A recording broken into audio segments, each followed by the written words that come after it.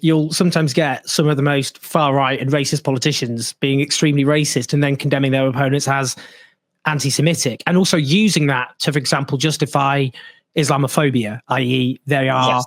anti-Semitic.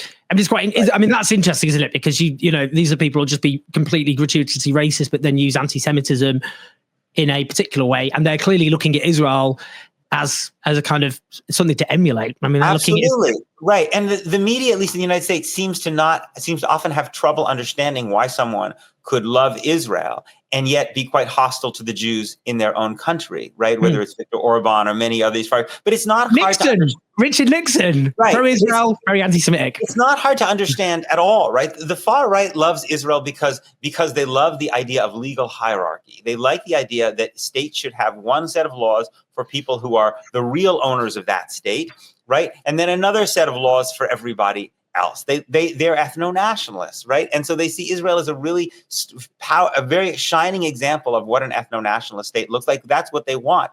But that very ethno-nationalism often leads them to have a big problem with Jews in their own country, because Jews in their own country are an ethnic and religious minority who have an annoying habit of allying themselves with other members of historically discriminated groups to fight for equality under the law against white Christian supremacy, right? And so their basic view is, you should go live in Israel, which is your country, and stop messing around with things in our country, which we want to be a white Christian country, right? So it's quite coherent, this anti-Semitic pro-Israel politics.